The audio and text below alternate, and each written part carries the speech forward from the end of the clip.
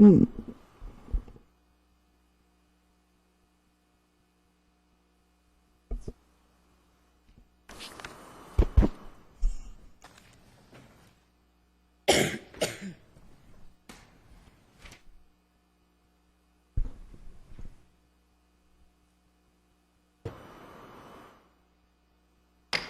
call this meeting to order. Could we have a roll call, please? Certainly, Madam Chair. Chair Porter. Here. Commissioner Wilson. Here. Commissioner Huber. Here. Commissioner Smith. Here. Commissioner Kurth. Here. Thank you. Our first item is the invocation and pledge of allegiance, which will be led by Commissioner Kurth and Huber.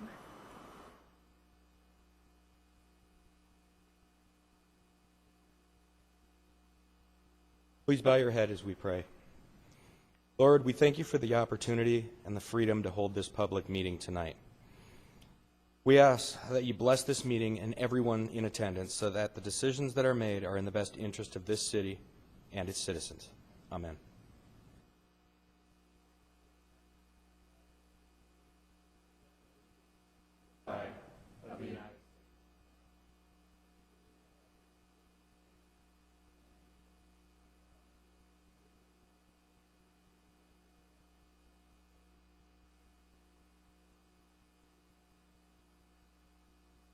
Approval of minutes. The first one is the meeting of July 9th, 2014. I'll move to approve. Second.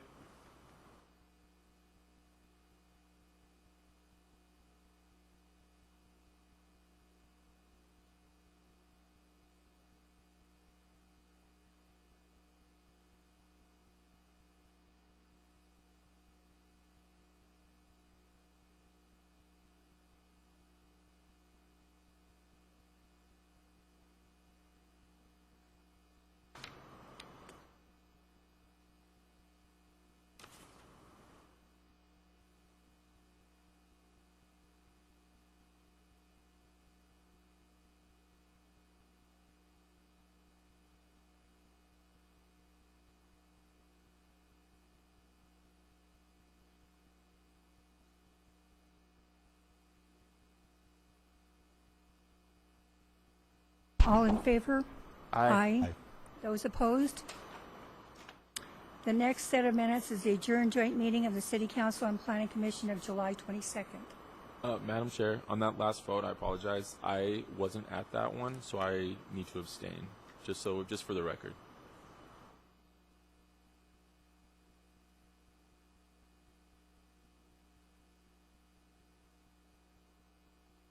I move for the approval of the joint meeting, Planning Commission and City Council of July 22nd. I'll second that motion.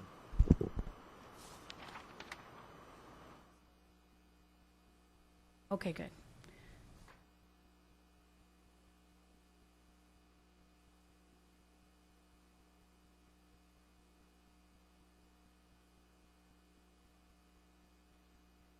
That has been approved.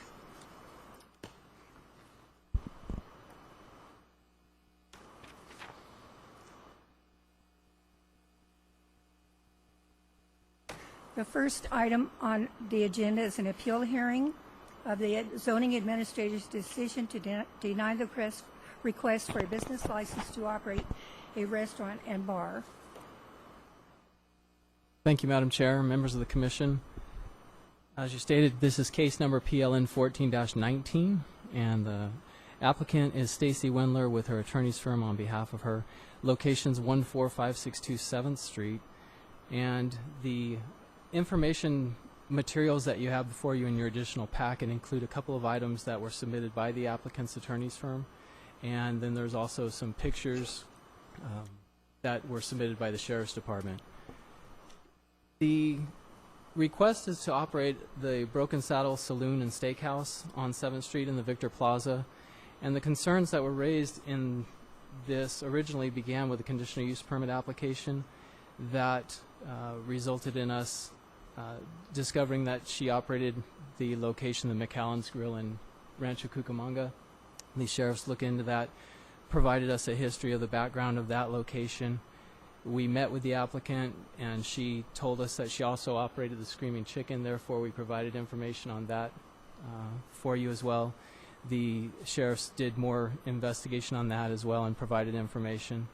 We based our denial on the location, the hours of operation, the entertainment, and even looking at the information submitted today, you can see the pictures of the use lend itself more to a bar and not to a restaurant, especially a family restaurant. For those purposes and for the reasons of the public's health, safety, and welfare, we don't feel it meets the requirements to approve it. Therefore, as the zoning administrator, I did deny the business license application. We still support that recommendation, although we have provided you a resolution for upholding that decision and therefore denying the business license, or you have the ability to overturn the decision and approve a business license for them. We would recommend, if you do that you do that with conditions, if you desire. And in terms of the information today, I know you're just receiving it tonight, so that is your discretion on how you choose to digest that, and maybe that's a question for the applicant on what their intent of that submittal was. That's our brief. That's just a brief to get it for you. I don't know whether the intent of the submitting of those materials was for a continuance, was to put that information before you. That might be a question for the applicant. Questions for staff right now? Anyone who wishes to speak on any of our agenda items must fill out a card and present it to the secretary so that we have the proper information of your name and address and how to contact you should we need to do so.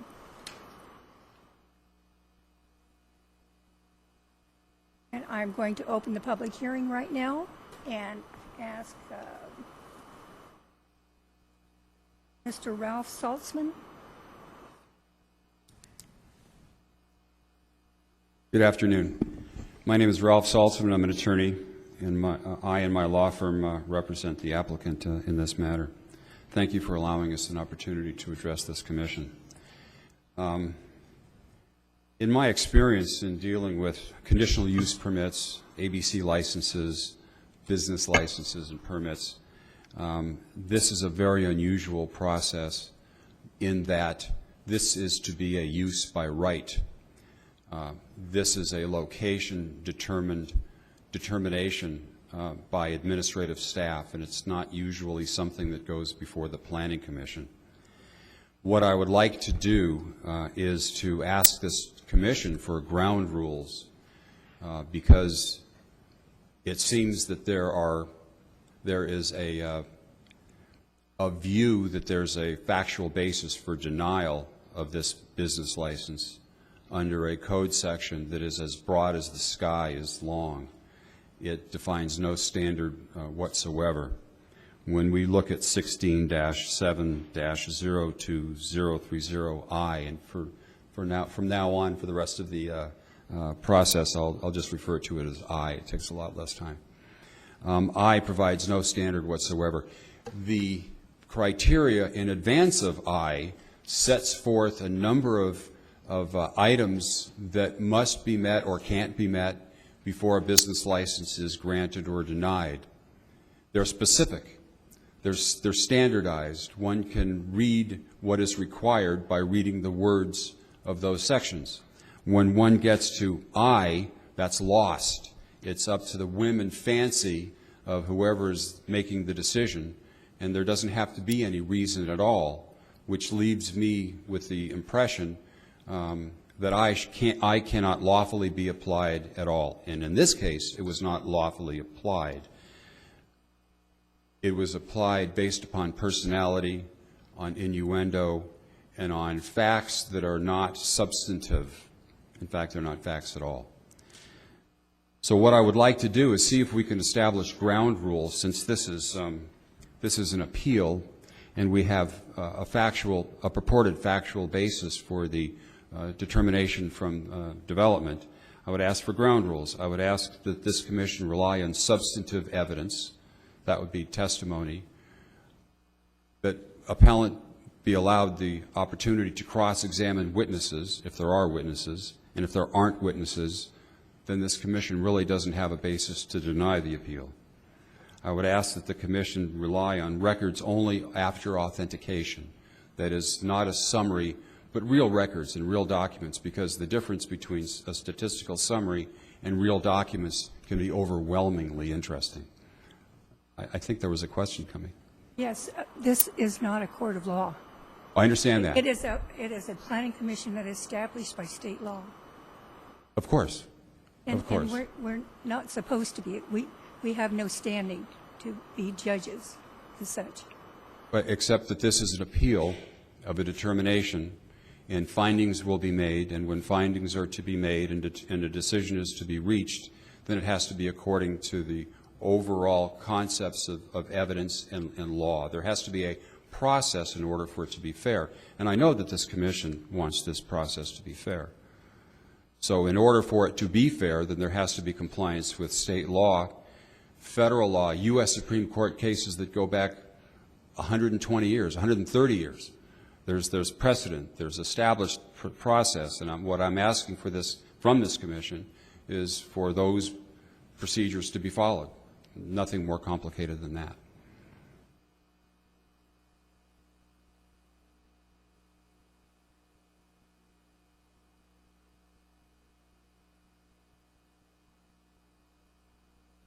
Really? Yes. Okay, thank you very much. We'll give you all the appropriate time you need. Okay. If I see an adverse witness, I'll be ready to cross-examine, and I appreciate that. If I don't, that's another question. Or you can ask questions. Of course. Thank you. Well, let's look at what we're dealing with now. We're looking at a determination reached by development that I think is based upon a misinterpretation of factors that were given, and perhaps an interpretation relying on somebody else's interpretation. Really what we're looking at is a business in reality where there is nothing about that business that would trigger a denial of this business license. I mean, if we really look at what is applied for, we're looking at a family restaurant that serves food.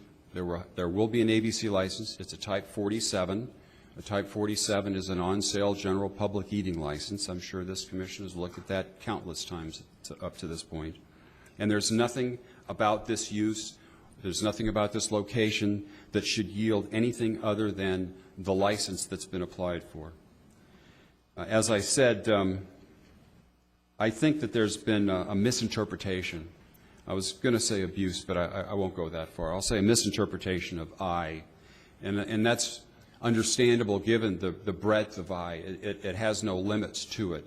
It lends itself to an arbitrary application, and it's not staff's fault that it lends itself to an arbitrary application. That's just the words. What do the words, the establishment or business will be detrimental to the public health, safety, or welfare mean? And what facts? I would submit to this commission that there is no reliable evidence that could be fairly applied to this determination at all. In addition to that, I'm not sure that the section was properly applied, even assuming there were facts that might establish a violation of the section. We're looking at the June 18th, 2014 letter. That is the denial letter from the acting director of development. We look at statistics, and I think that was really the basis. We have statistics not from Victorville, but from Rancho Cucamonga, and I suppose as a side, also Devore. When I was in school, some very wise senator or member of the House of Representatives said something about there are three types of falsehoods. There's a lie, there's a damned lie, and there are statistics. I'm sure some of us have already heard that, at least people my age have. What I would like to do is to look at the statistics that form the basis for the recommendation from San Bernardino sheriffs to deny. Looking at the Screaming Chicken first, statistics from March 1st, 2008 to January 29, 2013. That's 61 months by my count. If it's 62, I apologize. If it's 60, I'm sorry. But to me, I counted 61 months. We have 148 calls for service. Let's not forget that this is over 61 months. This is 5 years and a month. 148 calls for service. When one looks at the statistical survey that formed the basis for the negative reaction from the San Bernardino County Sheriffs, which formed in turn the denial of this business license, we have to note that there were, of the 148 at the Screaming Chicken in Devore, there were 24 that have some substance to them. Of those 24, I don't know of a single instance, not a single number from this set of statistics that led to the prosecution of anyone. These could have been calls and nothing more than calls. So unless we have some type of substance behind the statistics, we're back to something worse than a damned lie. We have something that is completely unreliable.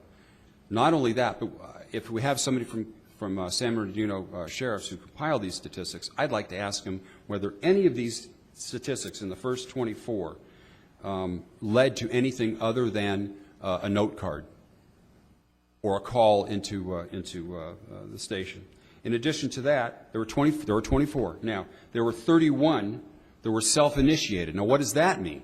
That means that there was a call placed because there was a patrol car driving by. And the address in question, if there's a car on the street, the nearest address is the one that's put into the system.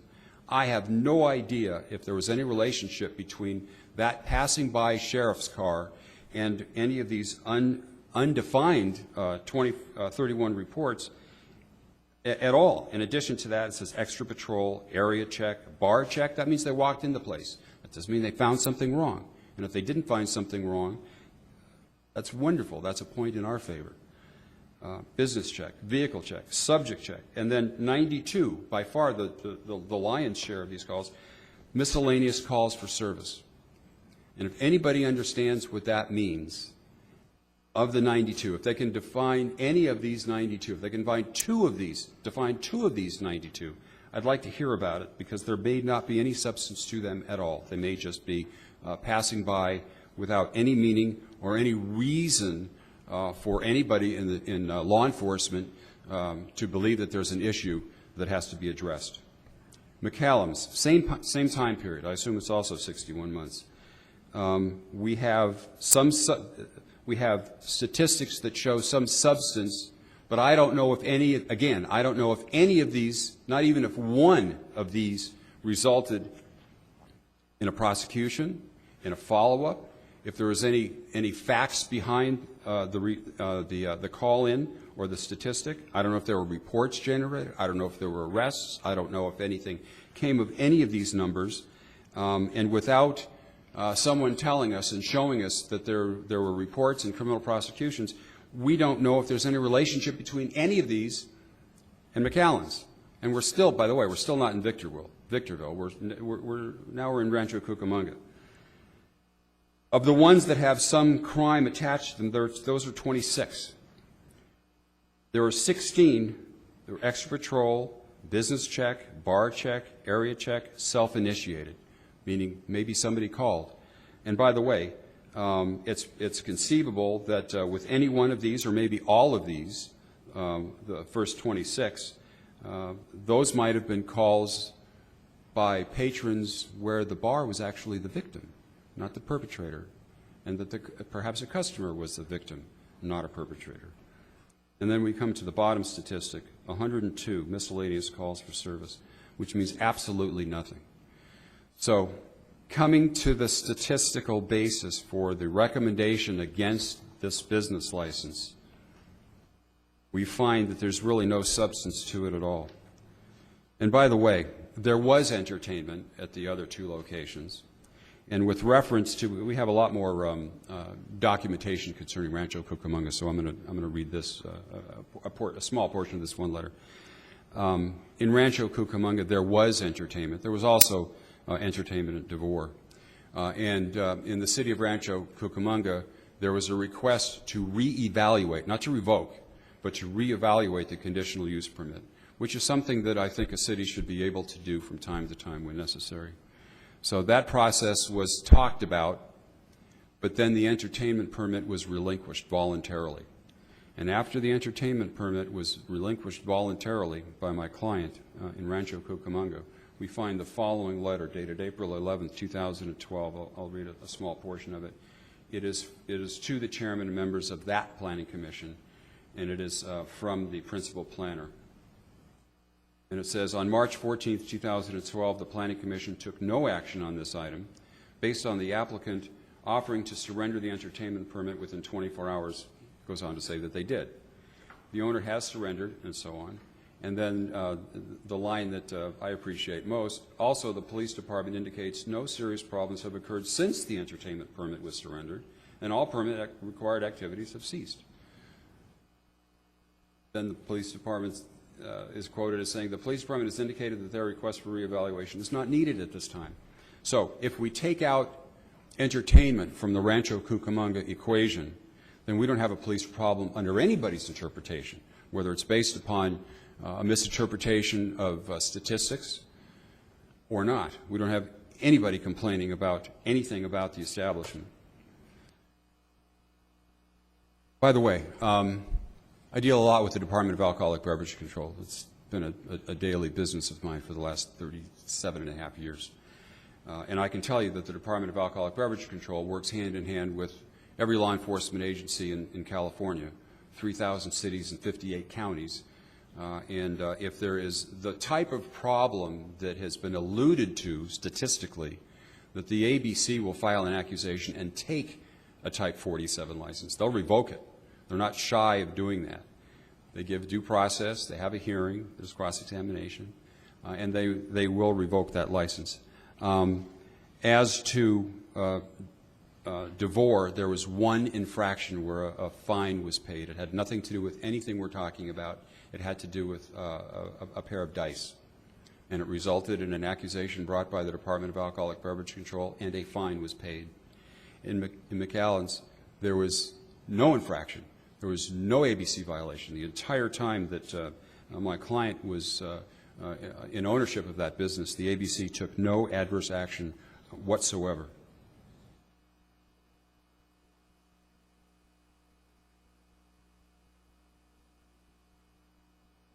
I guess I'm going to ask the Commission a question. I'm going to be wrapping up very shortly, but I'm going to ask the Commission a question, since this Commission deals on a regular basis with conditional use permits. Given the breadth of the discretion contained in I and the ability to make hearings that decisions that would normally entail a hearing and public input by administrative staff, what's the difference in the city of Victorville between a business license and a conditional use permit? I'd answer that question by saying, well, a business license is a use by right, and if it fits the criteria as to location, the type of use, distances from other uses, then the business license issues. I don't think we should be comparing the city of Victorville with the city of Rancho Cucamonga. I don't think we should be comparing this business that has no entertainment with the business that was conducted in Rancho Cucamonga, where there was entertainment until there wasn't entertainment. And when there wasn't entertainment, there was not the issue that led San Bernardino sheriffs to tell our acting director of development, don't do this, don't give them this permit. I think personally, based upon the statistics that I see, knowing Stacy Wendler as I do, I think this was more personality than reality. Looking forward now, this commission has before it a business license for a restaurant, again, a use by right. The use is benign, without any hidden meaning or agenda. Parenthetically, there was a reference to a stage, and I want to say that right now. There was a stage in the original design, because originally my client had intended to pursue permits necessary to obtain an entertainment permit. That has been withdrawn. That is not part of this equation. It's not part of the business. The 6-inch stage, I measured it today myself, the 6-inch stage now has tables and chairs on it, and it will be used for dining seating. The floor plan, the bar counter, which is for food and beverages, and by the way, my wife is a avid cook, and when we can, we sit at a counter so that we can watch what's going on in the kitchen, just for fun. You could do that in this restaurant. That counter was there in place with the previous pizza place. It's not changed. I think that given an opportunity, the Broken Saddle would be a welcome addition to the city of Victorville, and I would hope that the city would seriously consider this appeal, grant the appeal. And before I sit down, the conditions are difficult. To me, they're difficult to try to address piece by piece. It would take the rest of the evening to try to do that. I think some of the conditions are viable. I think some of the conditions are repetitive. I think some of the conditions are unnecessary. I think some of the conditions actually ignore certain things that are common. That are common to the entire development. And what I would ask this commission to consider is that if the business license appeal is granted and my client is allowed to have a business license, that we work out those details sitting down shoulder to shoulder with development, and I think we can arrive at conditions that would be satisfactory to development and thereby also satisfactory to this commission and my client. I'd be happy to answer any questions. And I don't see anybody crossing the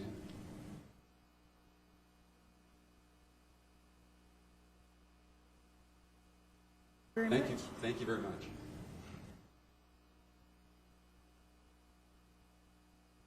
Luann Albertson?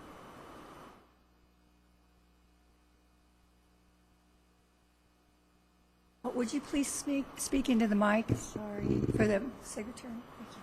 Is that better?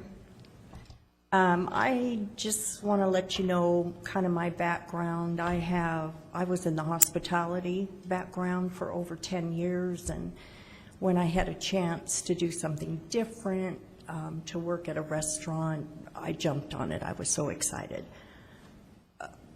Stacy had everything in order, policy and procedures that every employee that was hired had to read through that, sign it, and we even later questioned them every now and then on the policies and procedures to keep everyone up to date.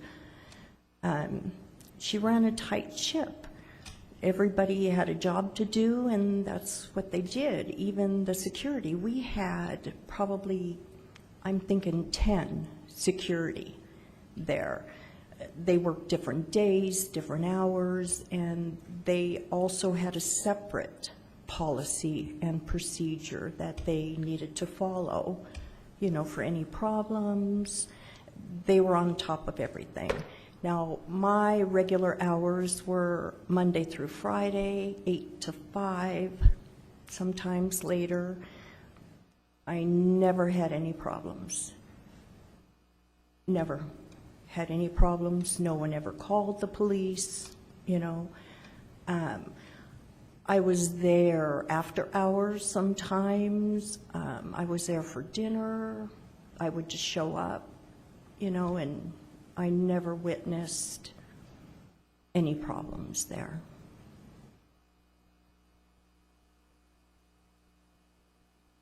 Any questions? Thank you very much. Which business did you work in? McGowan's. I'm sorry. Thank you. Do the individuals with the Sheriff's Department wish to speak on the statistics of the Sheriff's information? Please.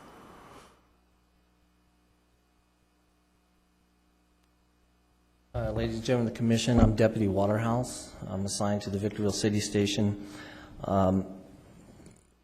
Presently, I'm assigned to CPS APS.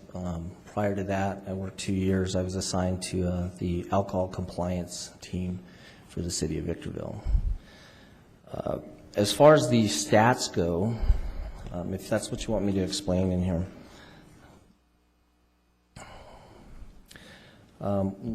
When I authored this page here, I listed the top or the major crimes. As far as the expat, business checks, bar checks, area checks, I listed those as self-initiated. And basically what happens is deputies will go to a business, whether they're checking the parking lot, whether they're at the business, or they're going to walk through the business to do a bar check. They're not always entered specifically as a bar check. They could be entered as an area check, and they're still going inside the bar. In most occasions, those are preventative measures. They go in, they make sure things are all right. They show a uniform presence at the business. And I could not find on any of those where there was an issue that turned into anything at all in my research. The miscellaneous calls that I listed at the bottom were a lot of burglary alarms for the business. I don't have the exact count here, but there was multiple burglary alarms that they responded to. There was also flag downs, and that's where somebody waves or stops the deputy at the business for whatever issue. If it was the reason I listed it as miscellaneous, because if it turned into something, this guy robbed me, this guy had a gun, something like that, then the call would be changed to the appropriate call for service. And that goes back to the initial ones that were listed. Those were actual calls for service for those type of crimes. Any questions on any of that? You mentioned that you compiled the document. Specifically, which document are you referring to? The document that I'm referring to is the McAllen's Pub and Grill call summary, March 1st, 2008 through January 29th, 2013. It showed a total of 144 calls for service. Of those 144 calls, I listed the major ones and actually put the definition next to them. Okay. There were 16 self-initiated calls. In other words, as I explained before, that's where a deputy goes to the location and does a bar check, an area check. They're not necessarily a call that somebody called in, although area checks could be. But they could also self-initiate the call and say, I'm doing an area check at this business. They get sometimes the deputies enter them for different calls. They could be there for the same reason, but and then the miscellaneous calls, like I said, were like burglary alarms. I'm pretty sure that there was a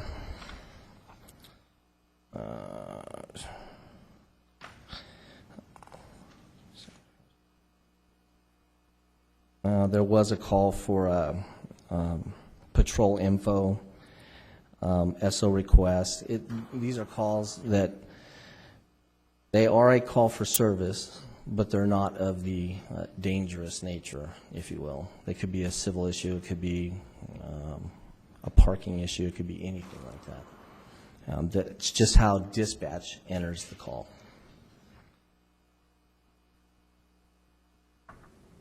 And I'm speaking right now specifically to McAllen's.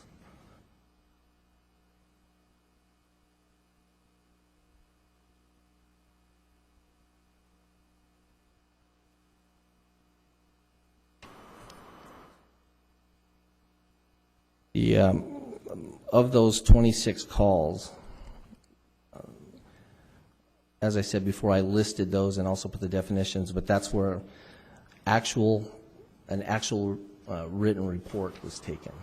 I cannot tell you what the dispo of the report was, but I can tell you that per our records and our summary, a report was drawn specifically for those crimes.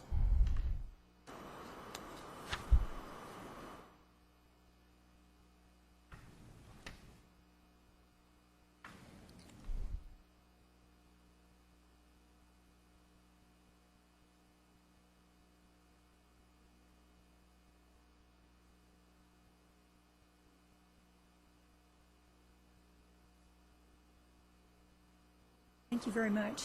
Mr. Salzman, please come up to the mic. Yes, please. Oh, I don't care. Doesn't matter to me. You have just a couple of questions. Thank you for the opportunity. Deputy, could you tell us if any one of these reports led to an arrest? I cannot tell you that, no. Do you know if any of these reports led to a criminal prosecution? No, I cannot. Do you know if any of these reports led to No, I cannot. relied on documents that were compiled by other deputy sheriffs other than... That was correct, yes. Okay. I take it that you were not personally acquainted with... No, I was not. And your testimony is really an explanation of statistics compiled by those other deputies. Correct.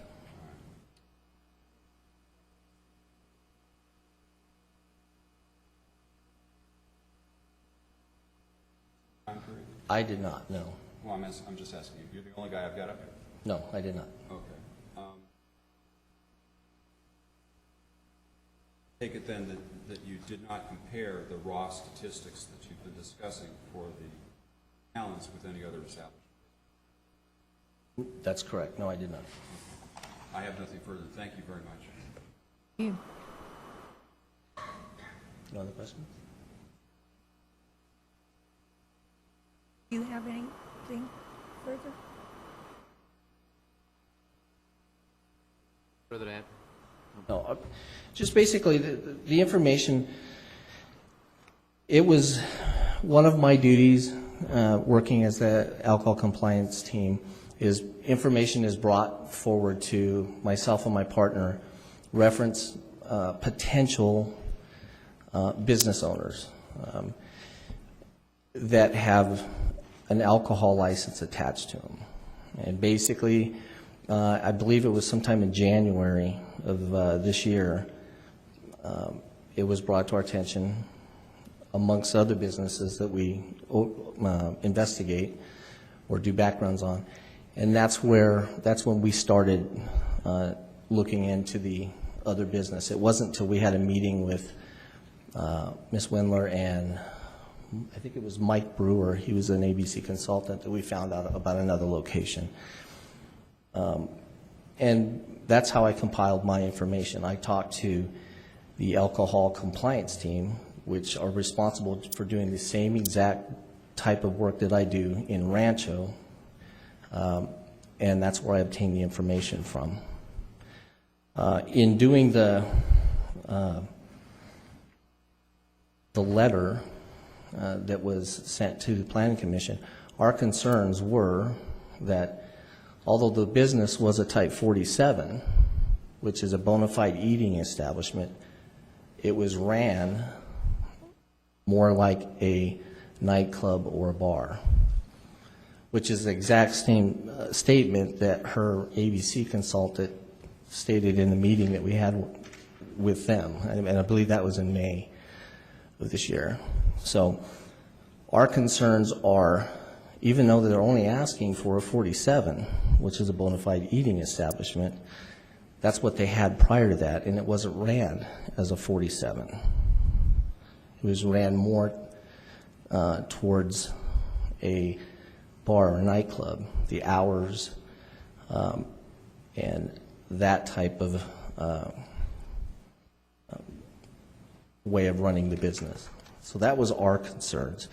It wasn't just the calls for service. Many times we find that when establishments are ran more like a nightclub or a bar, then other issues, problems, law enforcement problems arise. When that happens, we start having problems with resources, law enforcement resources. We also look at other things like public safety issues. So when we make a determination, when we're asked, what is your opinion? You've looked into this. What do you think? That's what we base it on. Deputy Warehouse, there's a letter in here in the file dated February 20th, 2014 from an officer, Police Lieutenant John Billings. Is that the same information that you were just talking about? Yes, it is. Compile this letter, or did he compile this letter? I compiled this letter. But the way that our department works is any letter that's going to go to the city, it goes through our department management. They put their name on it. Right. They review it, and if they have any problems with it, they come back to us. If not, then they sign it, and it goes to the appropriate person. All right, so the information in the February 2014 letter is basically your information that you provided. So That's correct. Thanks. Thank you very much. A couple more now. Deputy, what is type 47? What's the criteria? A Type 47 it's a bona fide eating establishment where their primary function is food, not alcohol. Where does the statute say primary function is food, not alcohol? That comes from the ABC. If I told you that that's not what the statute says, would you believe me? Go back at least and look to see that the statute does not reference primary in any way. It just says that it's a bona fide public eating place. Well, I would absolutely go look at it. Absolutely. Okay, well, look up 23089 and 2330. I might also ask you, are you aware that a Type 47 does not preclude entertainment? Even though we're not talking about entertainment at this location, Type 47 does not preclude entertainment. It doesn't mean that it's a nightclub. Yeah, when we looked at the investigation that we conducted, had nothing to do with the entertainment. What we did look at was that we had received information that there was conditions placed on the business through Ms. Wendler, and that they weren't necessarily being followed. And this is based upon somebody else's statistics, somebody else's investigation, and not yours. That's correct. So we're relying on somebody else's information that may or may not be correct. Yes. Okay. By the way, Music Center downtown LA got a 47. Did you know that? No? They have entertainment. Disney Hall, they have entertainment. They're a 47. Neither one's a nightclub, but they both serve food. You're aware of this? No, I'm not aware of this. But my issue wasn't the entertainment at all. Well, if Mr. Salzman, can you get a little bit closer to the mic, please? Thank you. No, that's all right. That's all right. It's sharing time. Let's see, I had a question. No, I don't. You're aware that there's correspondence from the City of Rancho Cucamonga to the Planning Commission indicating that after the entertainment permit was voluntarily relinquished, that calls for service were no longer an issue at San Bernardino Sheriff's in Rancho Cucamonga. You're aware of that? Yes, I am. All right. All right, I have nothing further. Thank you. Thank you very much.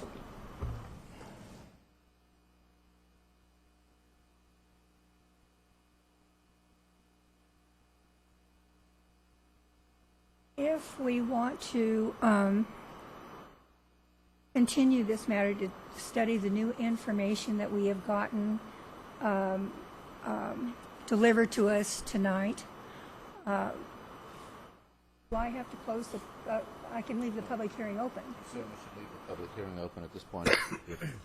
So if that's if that's something that you would like to do, and to continue it to our next meeting, so that we have time to study these other two documents. I have a couple comments. I came here tonight to approve or disapprove a restaurant, a bar, and a nightclub. And then we get here and we find out it's only a restaurant. So my theory or thinking is that it should be continued, and if it's a restaurant, talk about it, put some conditions on if we want to, and then bring it before us. And that is because I have not read neither one of these items that we got today. I don't know what's in them. Saw a couple pictures. So I am not ready to vote on this tonight. I would move continuance on this till we get more information for sure. Do I have a second? I'll second a motion to continue this item.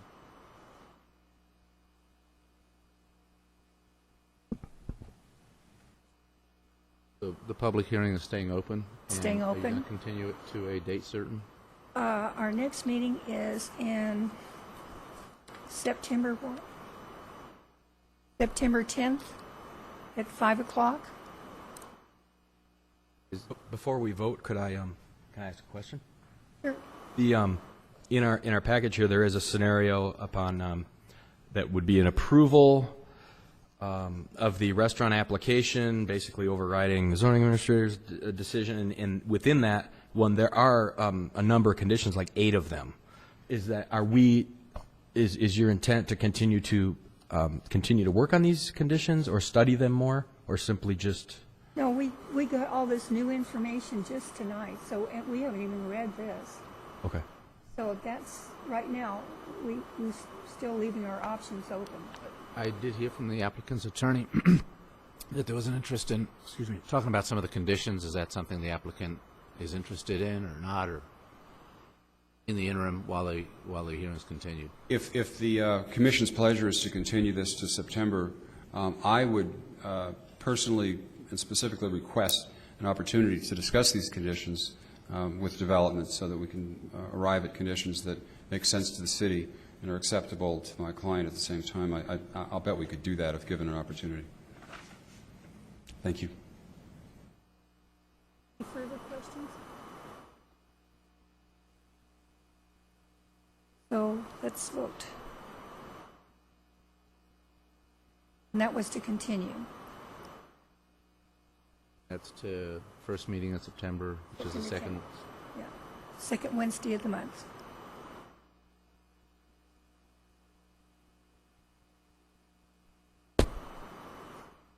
So it's a unanimous vote to continue this to the September 10th Planning Commission meeting. The appeal hearing has stayed open. Correct. That motion has been approved.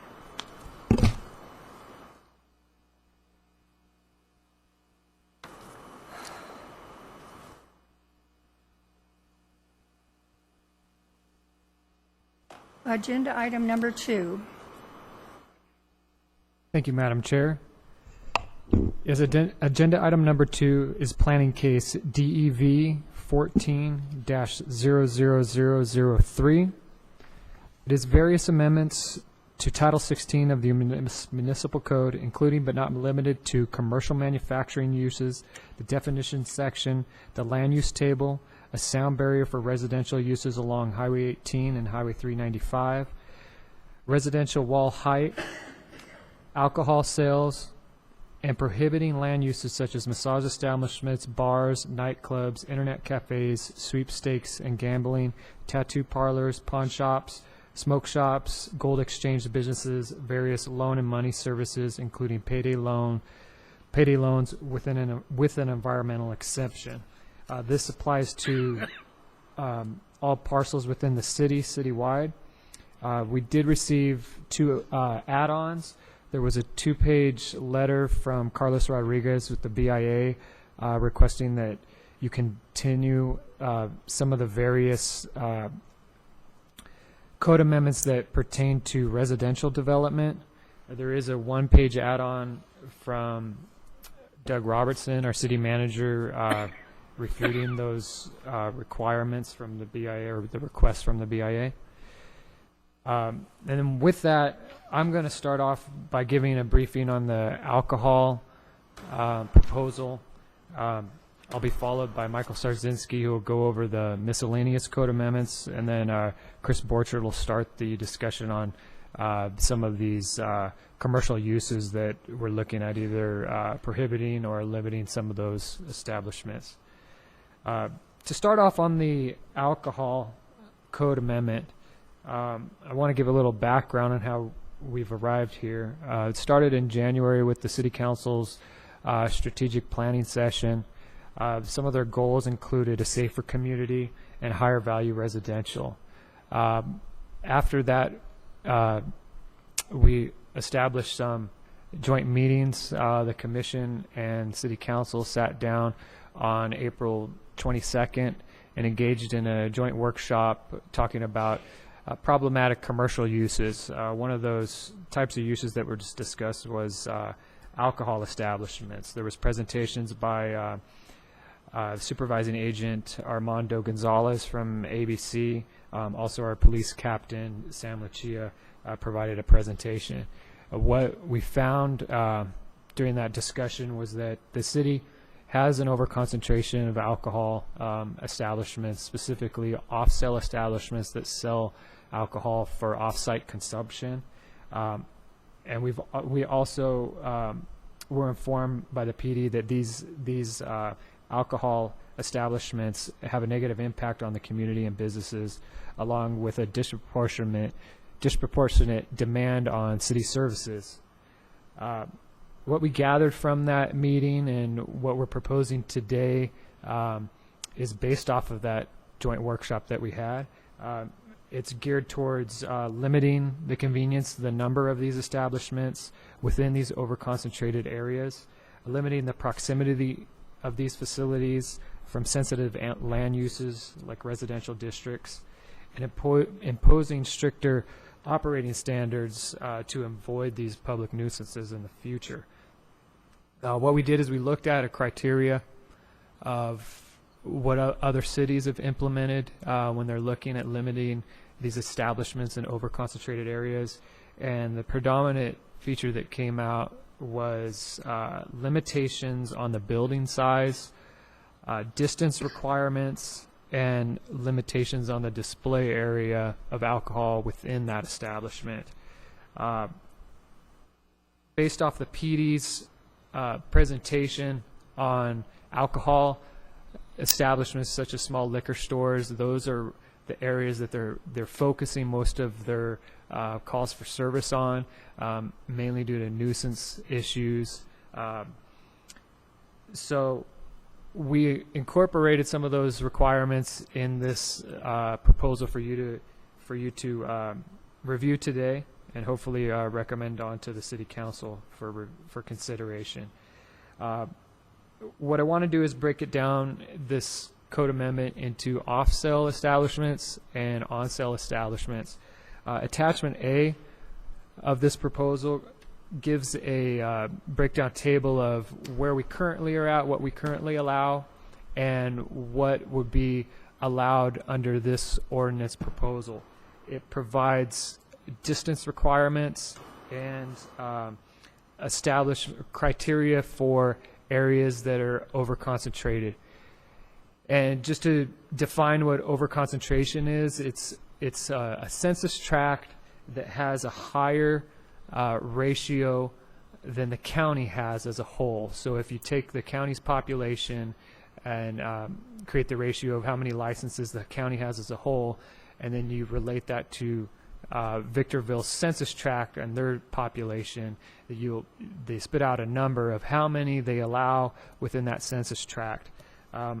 Attachment C gives a chart that shows the census tracts in the city. We have 14 of them. 7 of them are overconcentrated. 4 of them are at their maximum allowable without having to finding a public convenience or necessity, and then only 3 of them are under that concentration.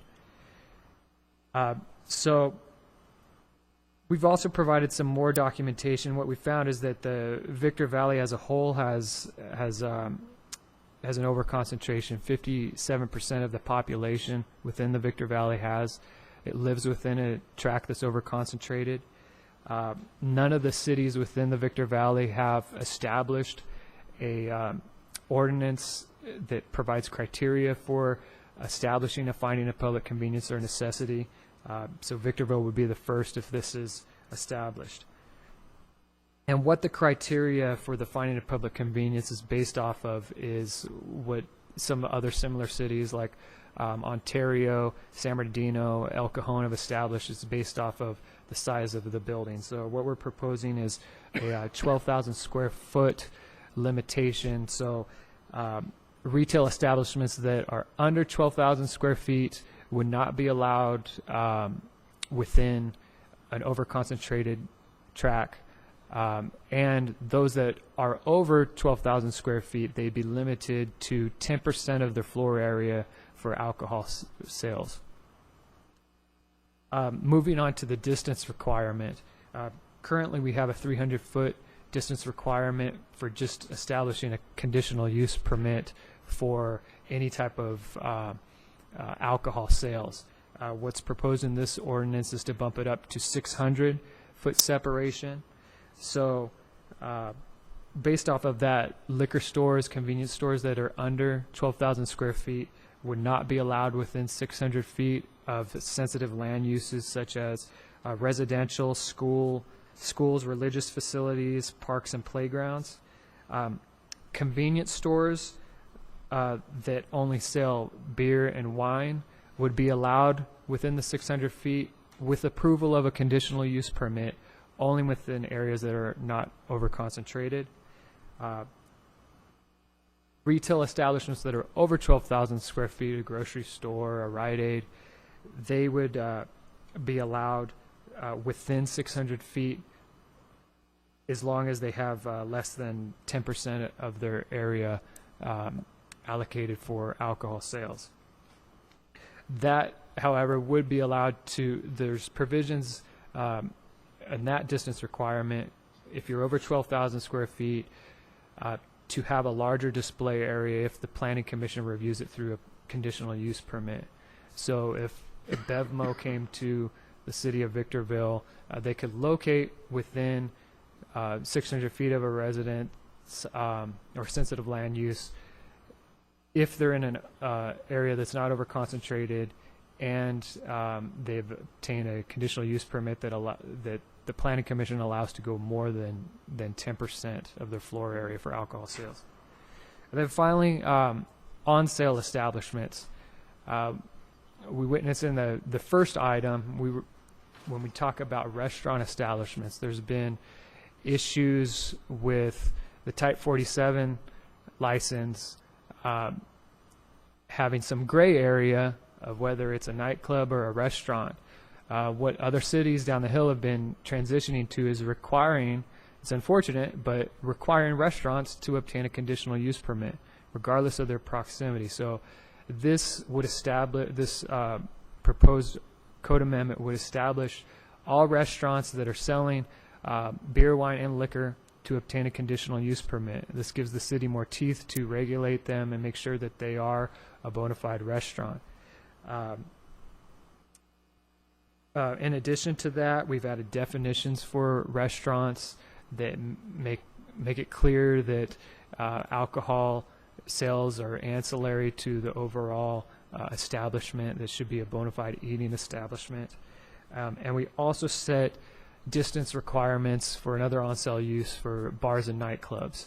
We currently have a conditional use permit requirement for bars and nightclubs in the city.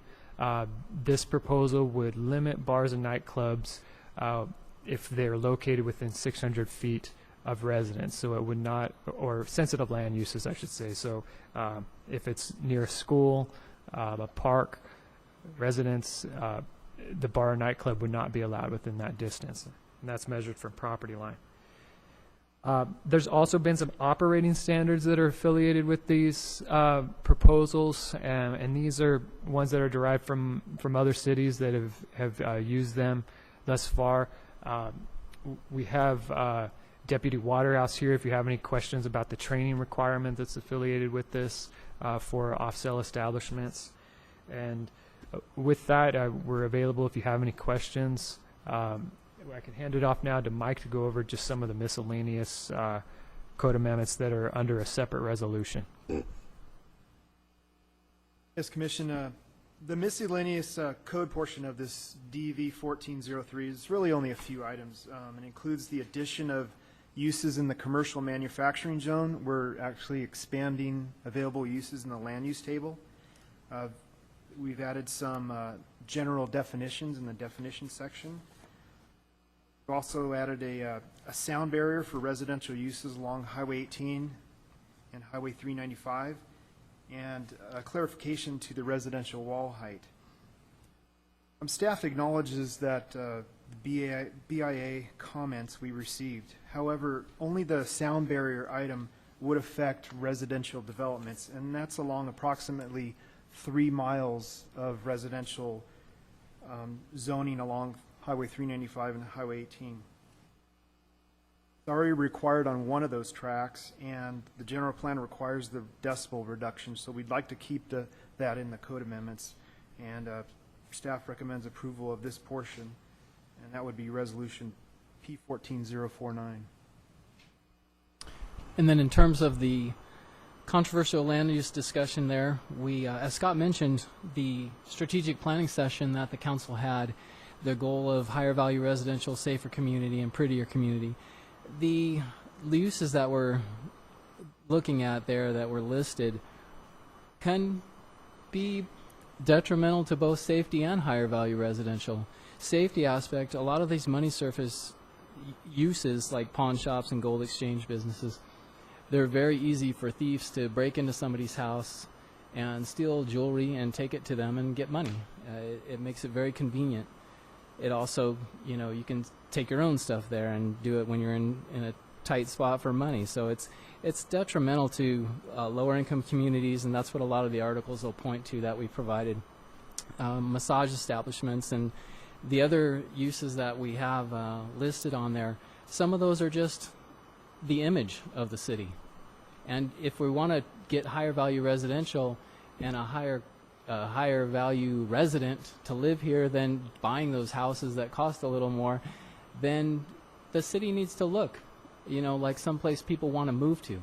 And when you have a number of these businesses with signs flashing in your face, right, when you're driving through all the commercial areas, it doesn't project a very good image of the city. So that's our concern there, and that's why we just submitted to you a lot of media, a lot of articles, a lot of information, and just to start the discussion. And if it's a workshop that we head to next to further discuss these, that would be fine. If it's a tour, if it's whatever you'd like to do, we don't have to do anything tonight. You don't have to make any recommendations for this. You do have the information if you want it, but you can talk about it if you want, but it's up to you. Further questions? I get what you're, in regards to these particular items, like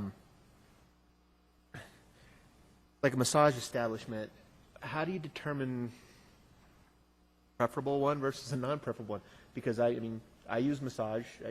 Once a month I go and get, and I find it very, you know, for me it loosens my back is what I found that helps.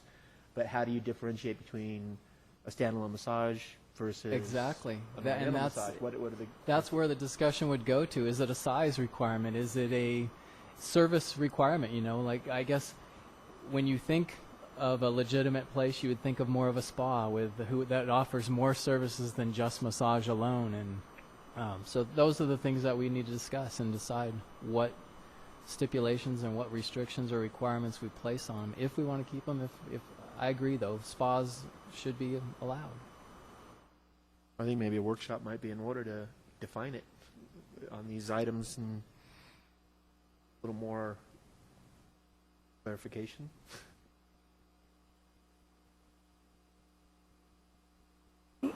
Remember that was just one aspect of the code amendments. We do have resolutions for you to vote on, right. The miscellaneous code amendments and then the alcohol amendments, and then the discussion on the other uses is just open for your discussion. I did have a question on the alcohol proposition here. How do we? I'm seeing the map that was in our package that shows the census tracts and percentage of allowed ABC licenses. How do we define? Does this map define which areas are currently over-concentrated? Yes, the census tracts that are in red are all over concentrated. If it's listed as yellow, they're leading up to over concentration. The orange areas are ones that are at their current threshold, so they have the amount of alcohol licenses that ABC will allow before a finding of public convenience is required. And the areas in green, which mainly the areas that will see future growth in the city, are under concentrated. Okay. And are those areas, is the ratio per existing residence or homes or something like that to allow that many in that, like you said, the orange area? That's at its threshold right now. If that was just vacant land throughout of all of Orange, is it the ratio of the people in that census tract? Correct. So if you have a large population within a census tract, you're going to have more allowable licenses. So there's possibility, even though the ones that are over concentrated or the ones that are in the orange that are at their threshold, as you add more population and as the county ratio changes, you could get more allowable licenses within that census tract. There's a website that ABC has that we would check that shows what their current ratio is. So when a license comes in, we could identify if it's in an over-concentrated census tract. Yeah, that makes sense. But since the last time when we were with the city council and we kind of talked about some of this, when I first saw this map, it made me think, wow, that's a lot of locations that are either pharmacies, gas stations, traditional just standalone liquor store and a strip mall. Boy, that looks like a lot right down 7th Street. But then I looked at it, and that's the Rite Aid, that's the Costco, and we talked all about that. There's not a whole lot. Then I look at 7th Street, that's one of the main, and it's an older neighborhood, one of the main commercial boulevards. Of course, there's going to be more there. I look on Palmdale Road, there seems to be, there's a few liquor stores, strip mall type liquor stores right along there, but they're also servicing that 1,000 homes right there in the county that isn't even a census tract that we're gonna count. That they all have to go there, so that wipes out kind of some of that. So I'm trying to make sense of this because this, in essence, does, like we're doing in some of these factors, it picks on a type of business. I shouldn't say pick on. I should say identifies a type of business and says solely because it's in red and there's more in that area, because there's more homes and more people, more traffic, more, we can only put them in commercial zoning, so it's only going to go along commercial zoning. It would be nice to see all these dots spread out through Victorville. That would maybe make more sense, but it wouldn't, because then they'd be in residential neighborhoods. But to identify a business and say, well, no more can come into this major chunk, a majority of commercial zoning in Victorville, because there's already too many there, then that begs the question, is it too many? If we eliminated 4 of them along 7th Street, the 4 that are left would have the same exact volume, I believe, in alcohol sales. Because the people in that neighborhood want to buy alcohol, they're going to buy alcohol. You know what I'm saying? So I'm wondering if it's really fair in this situation, and starting to think about targeting those businesses, because I looked through the staff report and there was quite a bit of material, some pamphlets and things that talked about where the ABC came up with overconcentration and such, and I had a hard time finding in there any justification that, yeah, if you have liquor stores, they may or may not cause crime element. If you had only one, boy, then there would be a lot of people going to get their alcohol at that one store. If there was 2, it could be split in half. If there was 3, it could be split in fourths. But they're still going to be buying their alcohol in their neighborhood, taking it home to their house or wherever they go. And I couldn't find anything in any of the materials that discussed that. So I have, when it comes to this alcohol, I'm in agreement that these are issues that could help clean the city up, but I'm having a hard time in my mind making a finding to solely say, hey, most of this area of commercial in Victorville, no more. Unless some leave, then maybe we can have room to put some more in. And also, a lot of these on here are over 12,000 square foot locations. That's Costco, that's the Walgreens, that's larger stores. I don't know if those stores. Well, just to clarify, the way that the proposal is written right now, if an establishment wants to go in an over-concentrated area, this is just off-sale establishments solely. There's not just a cap just because you're over-concentrated, you can't have any more liquor license. you'd have to meet that threshold of having a business over 12,000 square feet and have a limitation of 10% display area. So the Ralphs, the Rite Aids, the Wincos, all of those establishments could still go into an over-concentrated area. Yeah, I saw that. Yep. Yeah. A lot of these also aren't just your strip center, liquor store, where, I don't know, people could loiter. You know, I think that's what first thing comes to my mind is a strip center, liquor store, people loiter, there seems to be trash, and there's also a feeling that it may not be safe at night. I don't, you know, that's a viable thought. But a lot of these, especially along Bear Valley Road and 7th Street, they're gas stations. Where would that fall? Because those are service stations that also sell, you know, beer and everything, and people will run in there, and that's a big part of their business, minus the singles. It's true. It is a large part of their business. What we found is those convenience stores, gas stations, they operate as liquor stores. They have all of the same. They have a large percentage of their sales as liquor. Those are the areas that they're most frequented by our PD. They have most of the calls for service. So, and that's what the proposal was drafted to kind of curtail that. So as we build out, as we get more over concentration in liquor stores, that we provide more variety and convenience for the consumer. So that would limit their liquor sales and allow them to go shop, do their groceries, and then get their alcohol there as well. There's more employees there. Those establishments could have security on site. So the convenience would still be provided based on this proposal.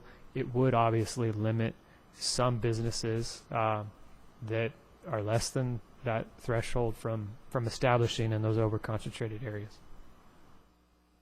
And I don't really have I'm not ready to spit out an answer here that I would like to share with the commission and make any kind of, resolution to a proposal.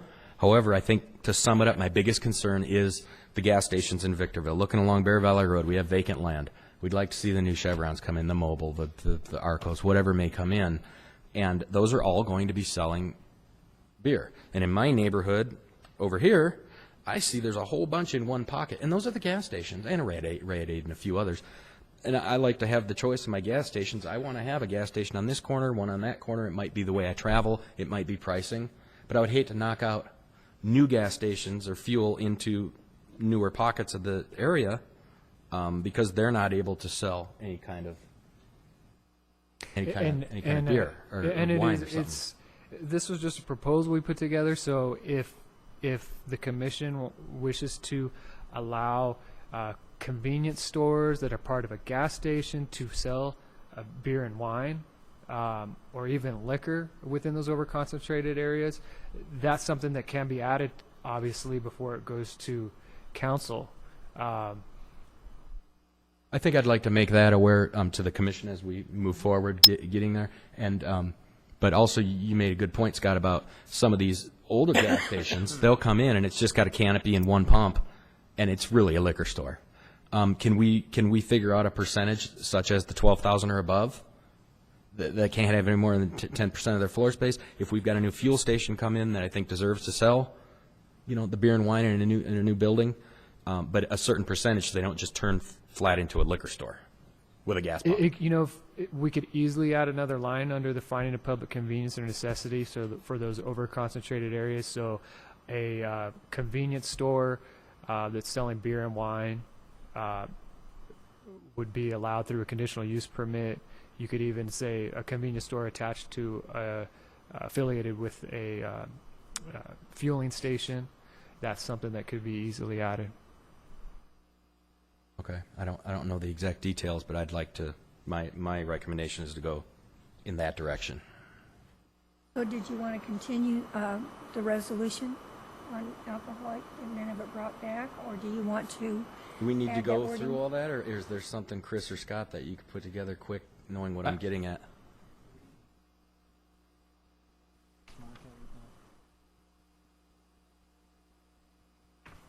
Limited to also beer and wine? Is that not covered? That's just the distance requirement. So, Like it might be just another line item or something on the chart. Commissioner Kurth, if you wanted to add that stipulation, you could put it under the finding of convenience or necessity section, under the criteria, adding a criteria exemption that would allow convenience stores under 12,000 square feet that sell beer and wine for off-site consumption. That seems like we're going back to where we. Seems a little too loose to me. Is it time wise? Should we not continue it, or should Well, that's up to the rest of the commission. But to me, I think we're opening a. It'd be opening a can of worms. Almost. Why a gas station? Why not a convenience store? Then why not a liquor store? Where do you draw the line? Keep in mind that this is, if I'm reading Commissioner Kurth right, this is just for overconcentrated areas. The distance requirement would still apply, so they wouldn't be able to sell liquor everything within 300. and I'm okay citywide, whether there's concentration or non-concentration. But I do think that new fuel stations that come into a newer shopping center or something's built, and I can just foresee a gas station goes on the corner. It's needed there, but they opt not to because they have the beer coolers and they're not allowed at that time. And then if it's a percentage wise, 10% or I don't even know what it is of an average gas station, a fuel, a Circle K or whatever that has the beer coolers and the wine cooler cases. I don't even know what percentage that is, but I'd be okay with a percentage so they don't turn into a liquor store in the future. The next user, when the building's old or what have you, and goes to the next generation. But I'm not sure on those percentages that would be fair. Well, I could give a shot at that and read it into the record, Commissioner Kurth, if you want to follow along. So I could read something into the record. If you agree with it, you can make a motion. Based on my understanding of what you're asking, I'm seeing that under finding a public convenience or necessity, off-sale licenses in overconcentrated areas would not be permitted unless they meet the following criteria. Section A reads, the retailer must occupy at least 12,000 square feet of gross floor area, and then we would add except for convenience stores affiliated with a gas station that would allow beer and wine sale only.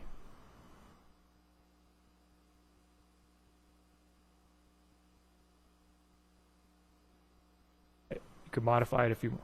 That gas station that would allow beer and wine, but is there a percentage of that floor space? The criteria B that follows that limits it to 10% already.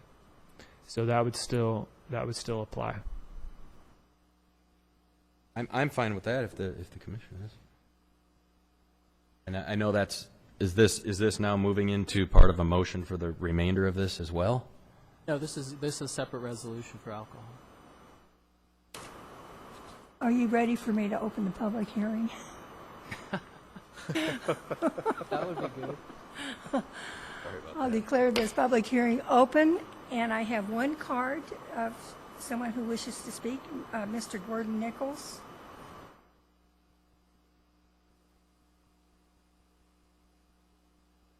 Good evening, ladies and gentlemen of the Planning Commission. Thank you for allowing me this opportunity to speak. Obviously, there are a number of things in the various amendments and codes to speak of, but just for clarification, I wanted to start out by saying that I will be discussing just 3 sections in Title 16 for landscape standards, measurement of heights for walls, and residential sound barriers along Highway 18 and 395. We appreciate the time here to talk, and just listening to the information provided about those issues. Just to recap, I think I have in my notes here that it's going to be just a few miles of residential area affected along 395 and Highway 18. Please correct me if I'm wrong there. And we would like the opportunity to identify those areas in regards to the sound barrier. And for the landscaping standards, although it is in reference to non-residential areas only, many of our members have projects that encompass both residential and non-residential, and we'd like some time to review that standard, that landscaping standard that may affect water quality management plans and water rates, and of course a number of pricing issues that go along with adding landscaping along the entire perimeter of a commercial district. And also with the heights and measurements of the walls, I think we had a few meetings with Mr. Borchard and Mr. Webb regarding that, and we would just like to seek further clarification. I know that you have a number of items on your agenda tonight. We would ask that these three specifically, section 16-3.24, .030 amendment and .080 amendment and .160 amendment be tabled or continued to the next Planning Commission meeting to allow for some dialogue between the BIA members and the members of the Planning and Development Department. I believe that we can probably come to a resolution on this with just a phone call, a conference call, and a few emails, but we would like to verify some of the information that was shared with us tonight regarding specifically the sound barrier walls, landscaping standards, and the measurement of heights and walls and fences.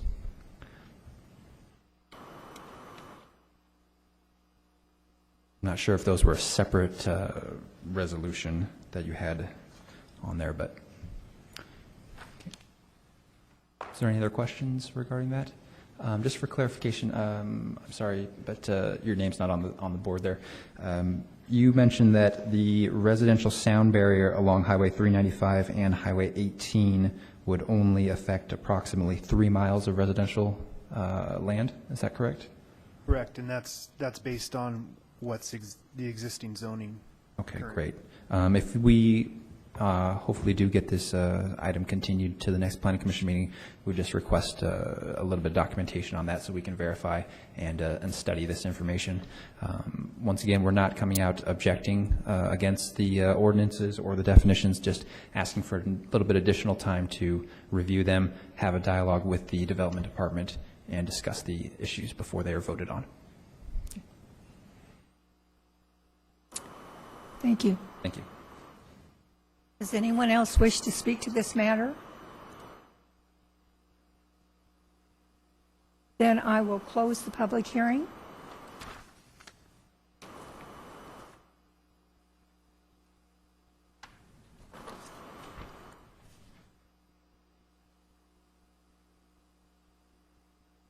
Since I took up all the time, I might as well finish it off.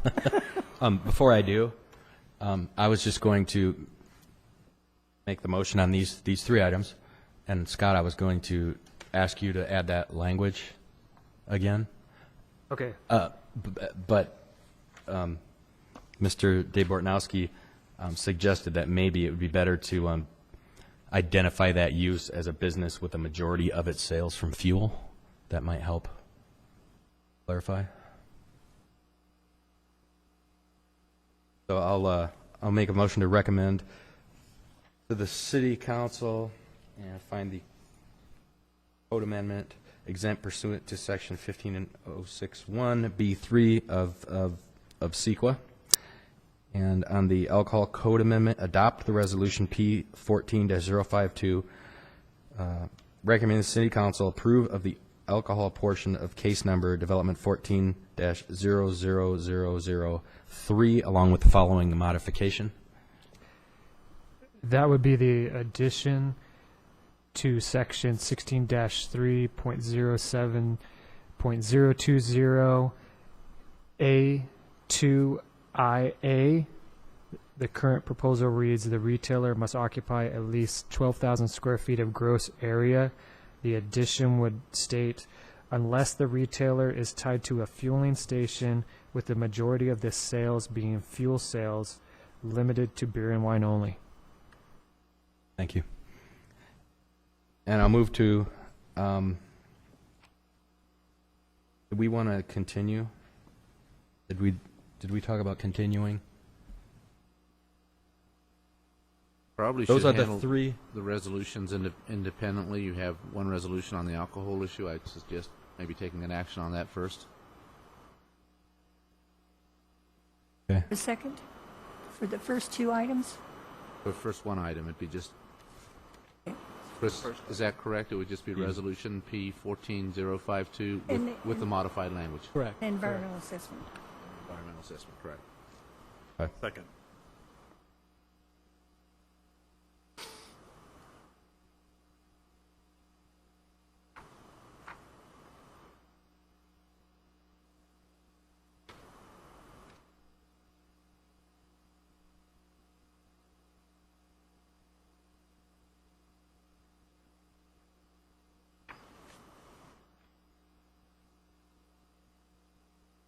So what is your pleasure on Resolution P 14049?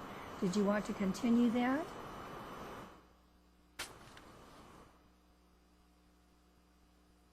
If I could help a little bit, we are proposing another code amendment. We meant to get the synthetic drug or spice ordinance on the agenda for you tonight. We have that information later, so we will be coming forward with that. If you would like to push those three issues to that, we can do that. I agree with Gordon that it should be as simple as a phone call and maybe a couple emails. And none of this stuff is of imperative, pending, of importance. No, there's so few other items, you know, if you'd like to continue though. We may as well just push that ordinance or that resolution, the whole thing. And the discussion of the policy on the other types of businesses That's too. separate. Let's just do the reso first, and then we can All talk right. about what you want to move with the discussion items.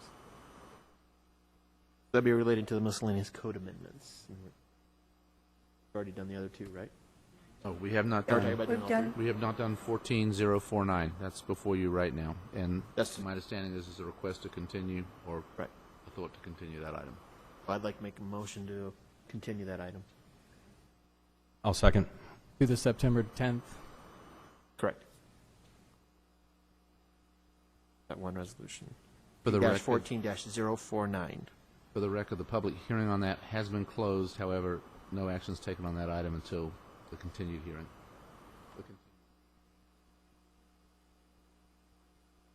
Motion from Commissioner Wilson. Wilson first, okay, and I'll seconded by I'll Smith. second that motion.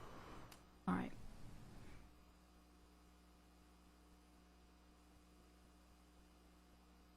I'm going to do it manually because I put notes in here. So,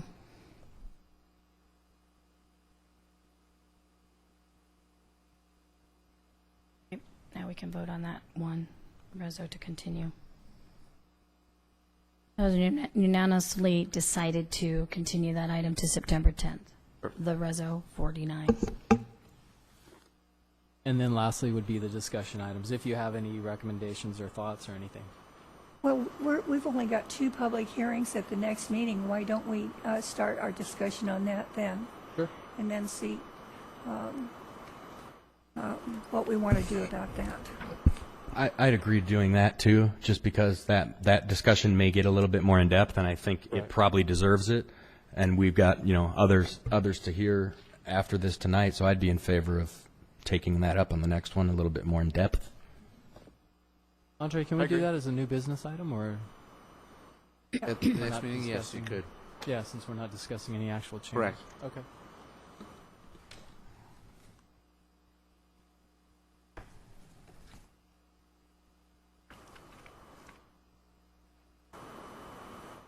Agenda item number 3. Doesn't seem like we're going very fast. Does staff have a report on that, please? I'm sorry, we thought Travis was going to take that.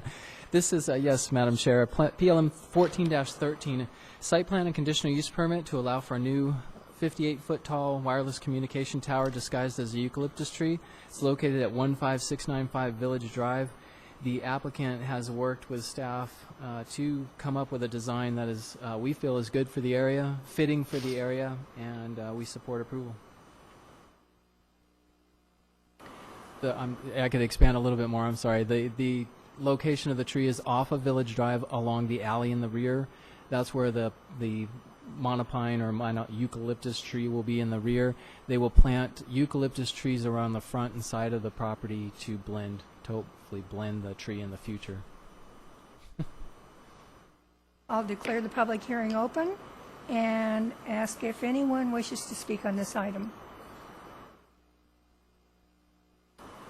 There being no response, I'll close the public hearing and ask for the pleasure of the commission.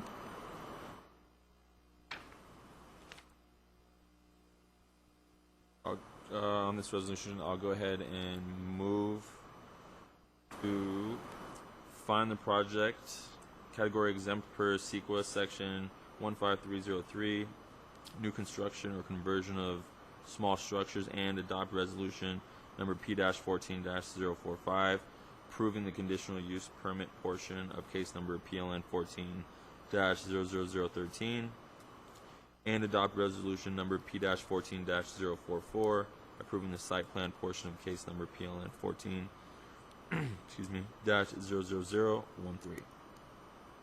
I'll go ahead and second.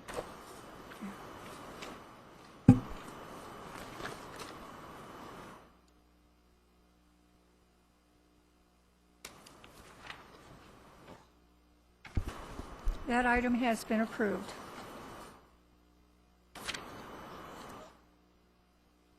Public comments on planning matters. In compliance with the Brown Act, it is necessary for the Planning Commission to make available time for members of the public to address the Planning Commission on items of interest that fall within the Planning Commission's subject matter jurisdiction. Please limit the length of your comments to 3 minutes. Does anyone wish to speak on any matter within our jurisdiction?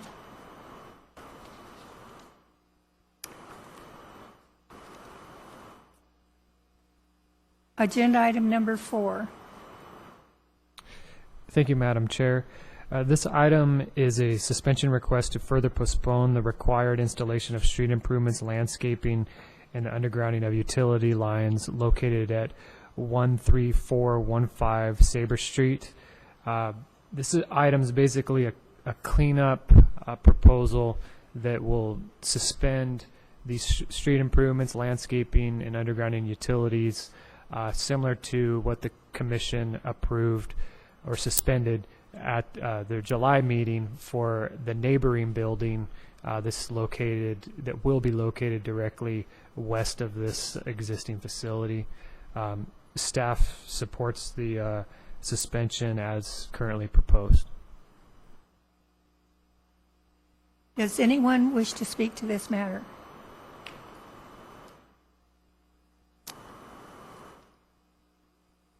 We have a motion to what's your motion? Madam Chair, I find that suspension of required street improvement, master landscaping, and utility underground would not adversely affect the health, safety, and welfare of the public, therefore allowing the suspension of improvements for a period of 7 years. I'll go ahead and second. Okay.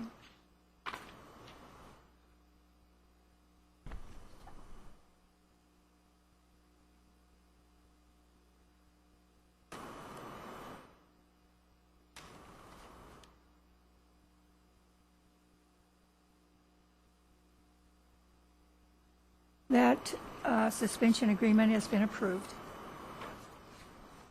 Under new business, we have been requested to appoint 2 members to serve on a focus group with 2 city council members to study design guidelines, development standards, and lot sizes.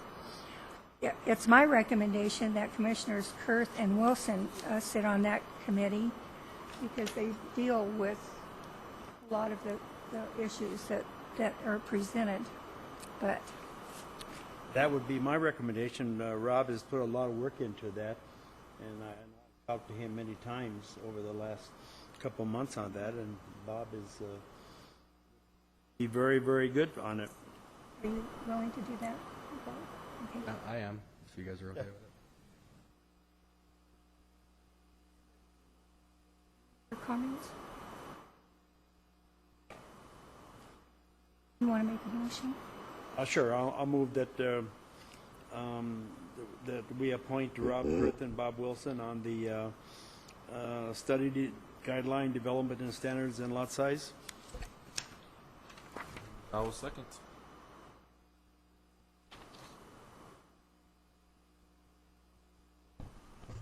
Oh, you beat me to it. Oh, I'm sorry. I'm going to vote no and force Larry to do it. Loves that. He loves that stuff so much. I'll resign from the council. All right. So it has been decided that the representatives for Planning Commission will be Commissioner Kurth and Commissioner Wilson. Thank you. Agenda item number 6 is new business. Yes, Commission. The Commission on June 11th voted to recommend approval for this item, DEV 1402. And regarding the residential landscape standards, we heard feedback from the Commission and public. We took a look and concisely made some modifications here to the decorative rock in the front yard landscaping and completely excluding the existing half-acre lots within the city. And those modifications are before you, and if you approve of them, we'll take them to the council next week, August 19th. Just to expand on that a little bit, Jim Lindenberg, I think was his name, he got up and spoke and made some comments. And we kind of, I kind of made statements that, yeah, I agree with that. And I thought that the commission was acceptable to those, therefore, we're just showing you that these are what we're proposing from that meeting. Don't we have some kind of a standard on the books now? Yes. So what does this vary from the standard we have now? That's kind of what it's showing you is the cross out will be what's changing. The underline is new stuff, but it may have been addressed in a different way or not so well. Right, and this is really so code enforcement, when they're going out right now to enforce landscaping standards throughout the city, they really had a lot of questions. So this is for them to clarify the landscaping standards, to kind of put some more straightforward standards for them to address. That was the reasoning behind that. We've added regulations through the years to try and clean stuff up and to try and clarify stuff, but it hasn't all come together. And what they run into out in the field is somebody's torn out all their landscaping and just has bare dirt. Well, is that a landscape or is it not? And we've actually had that, and actually we've been allowing just bare dirt with no weeds. And so this clarifies that and says, no, landscaping is you're supposed to have something in your yard. We don't want one house to detract for the property values from that neighborhood or whatever because they choose not to have anything. So this is to help start the proactive code enforcement in the residential areas. Right, well, the one item that I saw that stood out to me was in regards to the decorative rock not to exceed 25% of the landscape area.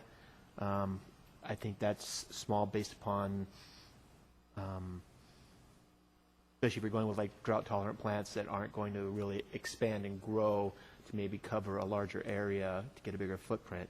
I'm not sure if 50% is better, 45%.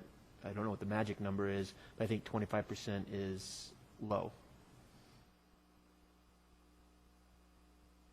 And I guess, so you understand this is just the track lots too, right? It's not bigger lots. But if we're going to, I'm not sure if some of this is going to fall into now design guidelines and we start going into our meetings to try to come up with some design guidelines if some of this landscape is going to fall underneath that. But if we're, like in the drought-tolerant conditions that we're having right now, we're having to cut back on water, and we start going to some of the more drought-tolerant plants, we may run into an issue where we're not going to be able to get the minimum coverages based upon the type of landscaping that we may have to go to. We may have to get away from grass altogether. I don't know. Yeah, grass is prohibited in the front yards now. Yeah, exactly. So if we, does it make sense to have trees? Does it make sense to have... We can certainly look at increasing that. Okay.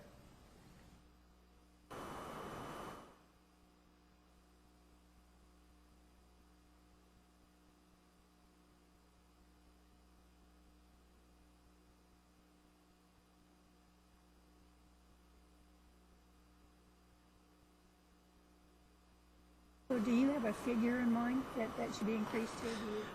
Is it your, I was kind of looking at when I saw this, I was out looking at my front yard, and I kind of, with the type of plants, and when I started looking at some of the commercial centers and what they were putting in, I'm sorry, I don't know the actual name of the little trees and stuff. They look nice, they flower up, they look good, but they don't have a big footprint, so I can't see where that would, at some of the commercial centers, so I can't see where that type of a drought-tolerant plant would equal, even if you put several of them in, how you would get a 75% footprint if you weren't going with a tree or, say, a rosemary that's going to spread out or something like that. So I think there's elements of design that can be used to create a really nice looking landscape in the front yard, but you could incorporate more rock into the front yard landscaping in order to achieve that. Yeah, no, we can definitely increase it. If you don't have an amount, we can work on it. We can work on a balance between shrubs and trees as well. But I guess our overall concern was that it's not just rock with a few What's the plants. alternative to decorative rock? What would the other ground cover be? Actual plants. Yeah.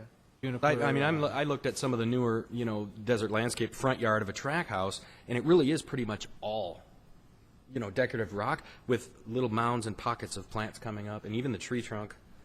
Just because the tree may cover 100 square feet at full bloom, you're still doing rock up under there. Because what else are you going to do? Dirt, or are you going to do some other kind of? But even though you're doing that rock, we don't consider that coverage if the tree is going to grow out, and so that we don't count that area. So. Oh, okay. Mm-hmm. And I realize that, and I'm just looking at some of the other the other plant type things. And then I like the artificial turf. That one, I don't know if it's a senior community off of is it Silica that has the artificial turf. Is that real fit? It looks like backyard astroturf, but it looks horrible in the front yards. But I know that a lot of the manufacturers now are coming out with the artificial grass that actually looks really nice. It's got the different colors in it, so it's not just a solid sea of green, but you have different shades of different colors and things like that actually makes it look more appealing. So. but this is going to go to the City Council on August 19th, so we have to make a motion that is... And I would say not to exceed 50%. You want to make that motion? All right, All right. This is kind of informal. I think he just did. Yeah. If the commission agrees with not to exceed 50%, that would be fine. Okay. Everybody agree? Thank you. So I have motioned for the minor modifications and clarifications to the residential landscape standards. For the input on that. Agenda item number, I don't think we were voting on it. Yeah, I didn't know. well, go ahead and vote on it, then Just there's no... recommendation, isn't it? All right, so that's my recommendation. Agenda item number 7 is for information only. Is there any questions on that? No. Presentation and reports by commission members. I have an item. Item number 1, you're bringing that back next month as only a restaurant, so we won't have all the other stuff in there, and you're going to put some type of wording that they're not coming back for a bar and have all the problems that Rancho Cucamonga's having? Can we do something like that? Not now, we can't, no. Can't? That, Well, aren't we coming? my understanding in the motion was just to investigate the idea of potential conditions that might make their use as a restaurant acceptable and to return to you. We're returning with a full item with your opportunity to deny it, your opportunity to uphold it, denying the business license, your opportunity to approve a business license, and your opportunity to... I understand what our attorney said is if it's going to be just a restaurant, we can't deny it. That is... Am I right or wrong? The argument would be that they have a use by right if it is just purely a restaurant that fits within your code requirements. That still doesn't necessarily enable them to get a business license. There's discretion involved in the issue.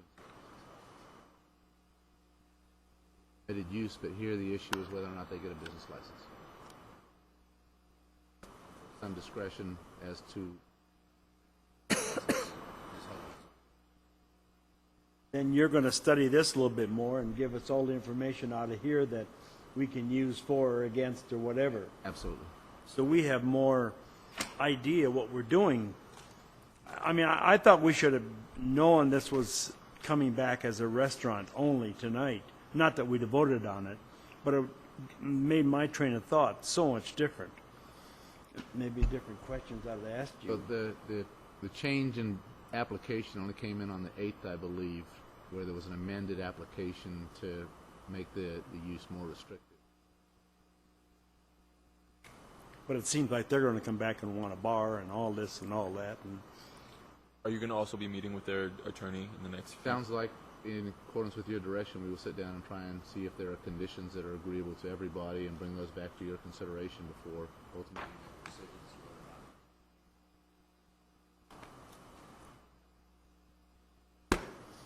Any other reports? I have one code enforcement item. At the property located at 15698 Kingswood, on the Burning Tree side, there is they've got all kinds of cactus in there. Kids catch the school bus in there, and the cholla is on the sidewalk. So, and it's kind of a ramshackle little house. It's with all the paint peeling and everything. And I believe that its ownership is by a bank. And they've just allowed the owners that they foreclosed on to stay. Hayneswood? No, Kingswood. Kingswood. It's on the corner of Burning Tree and Kingswood. there's also a video store next to the Salvation Army that is just totally got written all over everything. Every window, every top. I mean, it is just looks unreal. Signage is just unreal. And they're adding more signage every day. Paul? On 7th, yeah. To the north of Salvation Army. Just had a quick question on the residential rental program. Did that go to city council? It goes on the 19th. Oh, it does go. It hasn't gone. Okay, that's all. Next week. Staff has been working. Yeah. If there's nothing further, then I will adjourn this meeting. That's one of our longest meetings for a while. My dog is calling the neighbors to come over to their house. What's that? That was perfect. No. He's going into 4th grade. I have questions now. No, we had one start on Monday, senior high school. So